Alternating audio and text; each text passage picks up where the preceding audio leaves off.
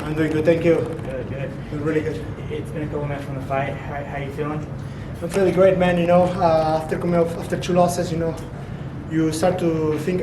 I'm young, but still, you start to think about, do I belong at this level? Especially coming from the regional rankings into like PFL. When I won my first fight, but I lost 2 fights right away after that. And coming from 2 losses, I was like, man, do I belong at this level? Should I maybe take a step back and just start from the beginning or what? But after getting the victory today, it's really reinvigorating. So man, I feel great right now. Very emotional. A lot of stuff has happened in my life in the last past year, pretty much since I signed with PFL. A lot of big life stuff. So yeah, it's a very emotional moment for me right now. What are the emotions like? Like it was, you had your back against the wall, and you go out there, you spoiled Stevie Ray's return to action.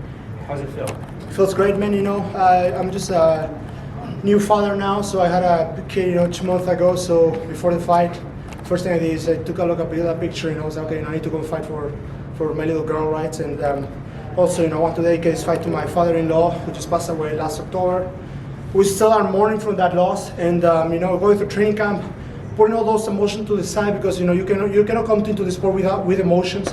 You have to be cool-minded, cool-headed, and yeah, man, I'm very thankful. So dedicate this fight to my father-in-law, who passed away last October. So if my wife is listening, this fight is dedicated to Pops, Leon, Max, and Chuck, and yeah, my little baby girl, Arlo. So it feels good to feel a little bit right now. I can let myself cry a little bit, so it feels good. But I'll give myself a week and then back on the horse, get ready for the next one.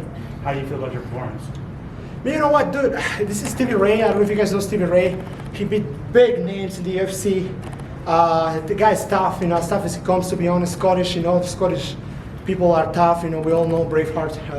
So, that's actually his nickname too, right? Braveheart. So I knew it was gonna be tough. To be honest, the first thing I was talking to myself, I was like, you know what? I don't want to get caught with a big left hand, but knowing him, I was like, good chance I'm gonna get caught. So mentally, I was preparing myself. Okay, if it happens, I need to be ready for the rebound. And there is a saying that says, I think it's like, if something will go, anything that can go wrong will go wrong. And that's exactly what happened. But we managed to overcome and came back. So yeah, we're here now with the victory, and that's all that matters right now, to be honest. Last for me, who do you want to fight next? Are there any names in there that you want to get? I don't give a damn. I'm ready to fight. I'm here for the title, so I need to be ready to fight anybody.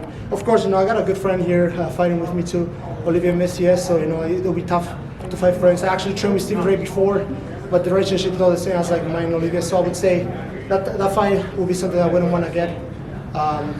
More for the finals, I will be okay. But right away, there'll be a fight I'm like, emotionally I wouldn't like. But any other guy, bring it on, man. Bring it on. I'm ready for anybody. Congratulations. Hey Alex, walk me through that moment in that second round where Stevie's swarming, you're on the ground. What was going through your mind at that moment? You're not gonna finish me. That's what the whole thing was like. You're not gonna finish me here. I'm gonna find a way to compose, take my time, but he's not gonna finish me. I have defensively, I think I'm a really good fighter. That's why I never been finished. I'm just very calm and collected. I get hurt, and I'm like, okay, well, this happened before, so I'm used to take on it and keep going forward. That's really what a fighter is to be. That's what champion is, and if you cannot do that, then take yourself out of the equation of being a champion.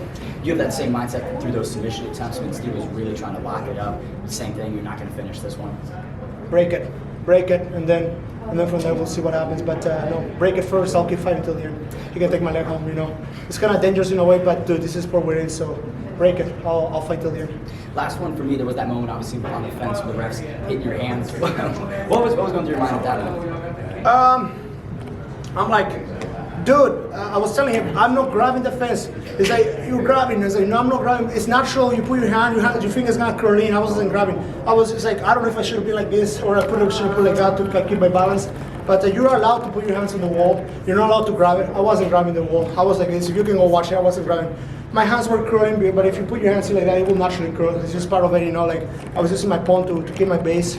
But what do? I just like take it off and I don't know, so I wasn't grabbing, but I let the ref know and he let me know too. So I just made sure to follow the rules. I don't want to win the fight dirty. Even the one that headbutt, I wasn't trying to headbutt him. I was just trying to put my head under the chin, like any wrestler would do. It's just part of the fight. Headbutts come, but I wasn't meant to do a headbutt. If I wanted to do a headbutt, I would have done it in the clinch.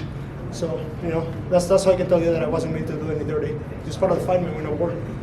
Awesome. You're 2-0 in the regular season openers now for PFL. How's your confidence level moving on to your second fight? Good. I actually earned this fight for sure. Clear. My last fight, I won the fight too. I won in judge after too in the last season, but it was a little bit, how you say, not the way that you want to win a fight, but at the same time, this one was a clear win. So I'm super happy, man. We're gonna keep bringing those wins, man. You can see if you watch my PFL from last year to what I am now. I'm just improving like very fast. So I'm excited, man. Super excited. Lastly for me is how are you planning to celebrate this win? I know you talked about you loving food, Whataburger, and all that good stuff. Yes, sir. I'm gonna go get a burger. I actually just grabbed a Coke there.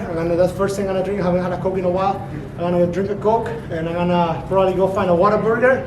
And I have to. Apparently, it's something I have to get in Texas. And get a burger. So. Congratulations. Yeah, thank you. I appreciate it. Grand Prairie is just the next city over, home of our own undefeated young champion, WO, Virgil Ortiz Jr. He's from Grand Prairie. You're from Grand Prairie, from up there. What can you tell us about, a little fact or something famous from this? Quick fact about where I'm from, actually. We call ourselves the Texas of Canada. So Alberta, Canada is, we call ourselves, we're the Texas of Canada just because it's all about cowboys, lots of rednecks, rodeo, country music. That's what Alberta is all about. So we call ourselves the Texas of Canada. And now that I'm here, I'm like, dang, I'm back home. So yeah, I'm actually from Grand Prairie, Alberta, which is funny. And then Grand Prairie, Texas is just right here. So I always put on the maps Grand Prairie, and the first thing goes into Texas. And now I know where it is. So it's a lot like here, to be honest.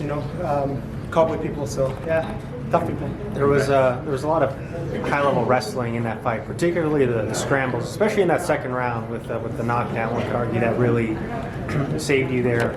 Was that a big part of your prep going in? Was there anything that happened that was maybe unexpected?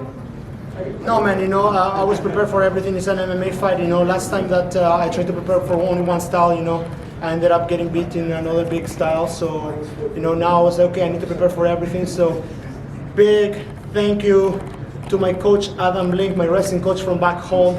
He's the one that improved my wrestling from the beginning.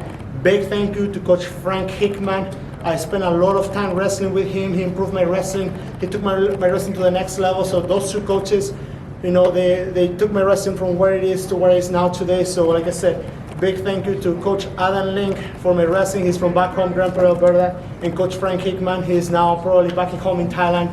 And I just want to thank those two coaches. And as well, big thank you to my coach, Bill Mahood, who couldn't make it right now due to the pandemic, So, yeah, man, we prepare for everything. We're ready to fight it anywhere. Hey, Alex, how did you feel going into that third round? Did you think you were up or were you even? Even. I thought it was even. And even if I was up, in my head I was like, that was a big knockdown. So, I have to turn this tire. Actually, when I had my back on the ground, I was like, holy smoke, I need to find a way to turn this one, or this fight is his. So good, good thing I listened to my corner, and I just kind of thought of myself, I'm not gonna lose here. So I had to pull the trigger in the third round and turn the ties on my side. So I'm just happy to get a win, man. Did your corner say anything special to you in between those? Yeah, man, don't give up. Come on, buddy, you gotta hustle. So they told me, technically what to do, and I listened to them, and I threw some submissions to kind of get things going, and we're here now. So. Yeah. You said you were going to go get some Whataburger. I was just curious if you have tried In-N-Out Burger, and which one do you think is better? I never had Whataburger. I still gotta try that out. So I love In-N-Out. It's really good. Whenever I'm in Vegas, I go and try an In-N-Out. It's not good for you, but it's also not the worst thing in the world. But as well, when you're in camp, try to lose those calories. It's really good, man. So I gotta try Whataburger first, and then I'll have to tell you. Okay, yeah, we gotta know, because you can't disrespect Texas, but